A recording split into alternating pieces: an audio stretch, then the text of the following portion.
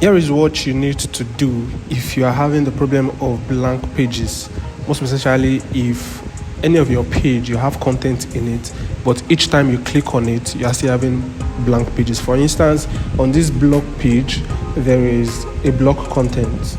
Now when I click on the save, and I click on save and I view the page, it's blank. This is what you need to do. Let's go back.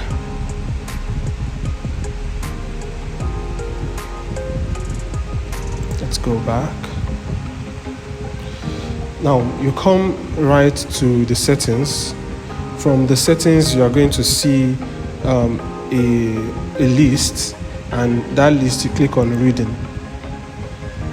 From reading you don't just leave this as home, your home page home.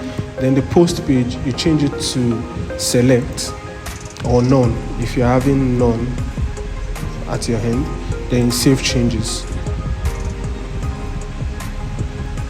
Once you save changes, you come back to these pages, come back to the pages, then you click on edit. Now if you notice, initially there was no edit with Elementor. That's because it was on blog. Now because we have changed it from blog to none, now we can easily edit with Elementor. Now if you go to your page, you'll be able to see your content. Okay, so here is the content, and from here I'll be able to edit this page and do others. Thank you.